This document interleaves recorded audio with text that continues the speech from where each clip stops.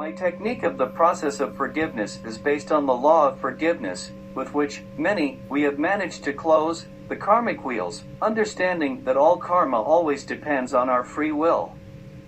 It is based in the emotional body and in the mental. In the emotional, humility and love are the qualities that we will apply with the purest intention to obtain a positive result. In the mental, we use neurolinguistics as a technique based on self-reprogramming.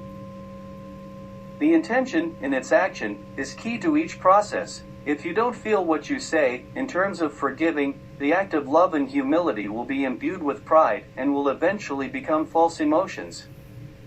Humility is a virtue attributed to those who have developed the conscience to know their own limitations and weaknesses, to act accordingly. Humility is the absence of pride, therefore, any hint of this would completely annul the act itself of forgiving. Not everyone is ready to act with love and humility, therefore, we can expect reactions of envy or jealousy, which can escalate to a personal level. To avoid emotional escalation, it is enough to apply modesty as part of the qualities of virtue of being humble.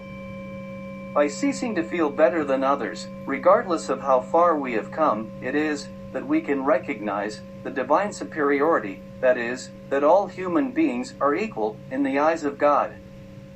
Morality, set of beliefs, customs, values, and norms that function as humanity's guide, determine which actions are right and which are not. And it establishes the basis of law and respect from the genuine. It is the love that assures that the morality which we are applying is based on the divine plan. That's how humility and love are qualities which feed each other. Love has a primordial role in forgiveness. If we do not feel love in each of our acts, in this case with our own process of forgiveness, it will not end. Love is indefinable in its very nature, since the experience of love is always individual from our being.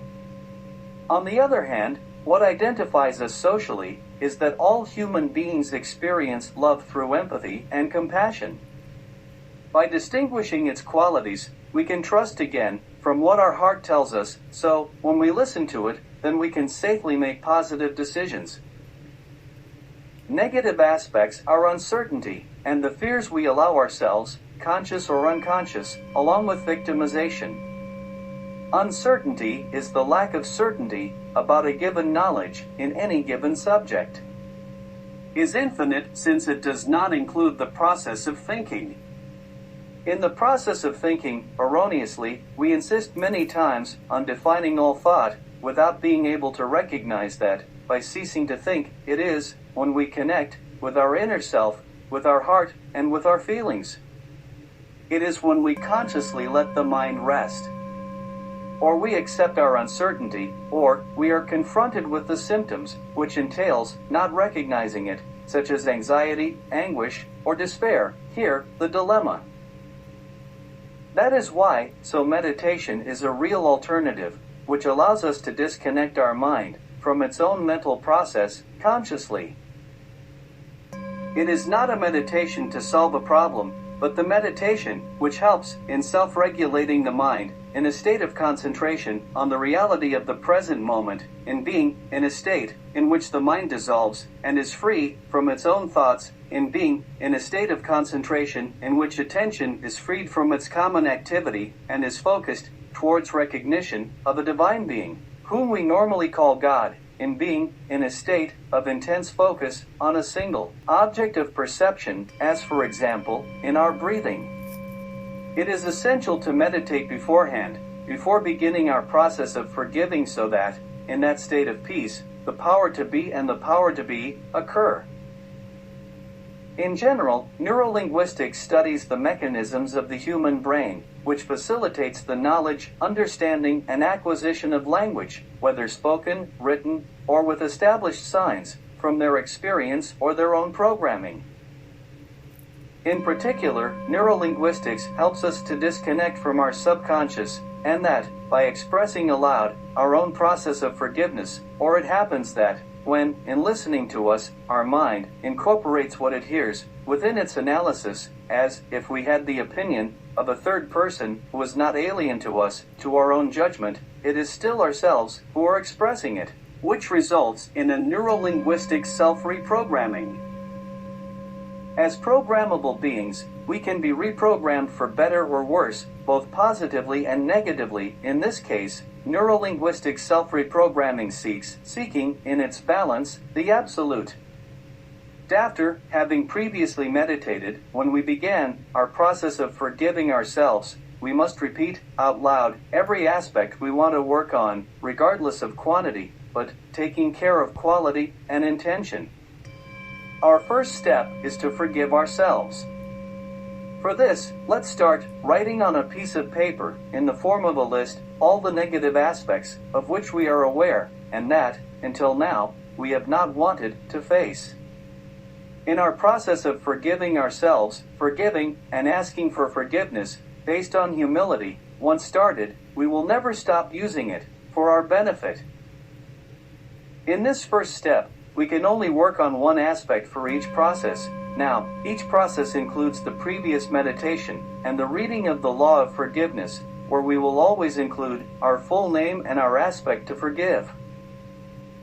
The very aspect is our traumatized memory of experience. For what we can work with as many negative experiences as necessary in our healing. With this, we should feel proud every time we return to work, whatever aspect helps us in our disillusionment of the ego to continue developing consciousness. Having completed the list of all the negative aspects of which we recognize the need to forgive ourselves, then we can now proceed to our second step, which is to forgive. For this, we are going to begin writing on a piece of paper, in the form of a list, all the negative aspects of which we are aware, and that, until now, we have not wanted to face, of all the people who caused us harm and of all the people involved in the experience.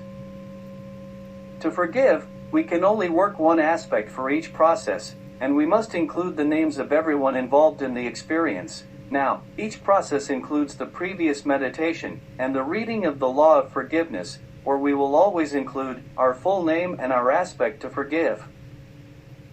The very aspect is our traumatized memory of experience. For what we can work with as many negative experiences as necessary in our healing. With this, we should feel proud every time we return to work, whatever aspect helps us in our disillusionment of the ego to continue developing consciousness. Once the list is completed, from all the people involved in the negative experience, from which we recognize the need to forgive, then we can now proceed to our third step, which is to ask for forgiveness. For this, let's begin writing on a piece of paper, in the form of a list, all the negative aspects of which we are aware, and which, until now, we have not wanted to face, of all the people to whom others have caused harm and of all the people who got involved in the experience. To ask for forgiveness, we can only work one aspect for each process, and we must include the names of everyone involved in the experience. Now, each process includes the previous meditation and the reading of the law of forgiveness, where we will always include our full name and our aspect to ask for forgiveness. The very aspect is our traumatized memory of experience. For what we can work with as many negative experiences as necessary in our healing. With this, we should feel proud every time we return to work, whatever aspect helps us in our disillusionment of the ego to continue developing consciousness. Once the list is completed, from all the people involved in the negative experience, from which we recognize the need to ask for forgiveness, then we can trust now that we can always work with this technique, without fear of being wrong. By this I mean that our process of forgiving ourselves, of forgiving, and of asking for forgiveness, based on humility, once started, we will never stop using it to our advantage.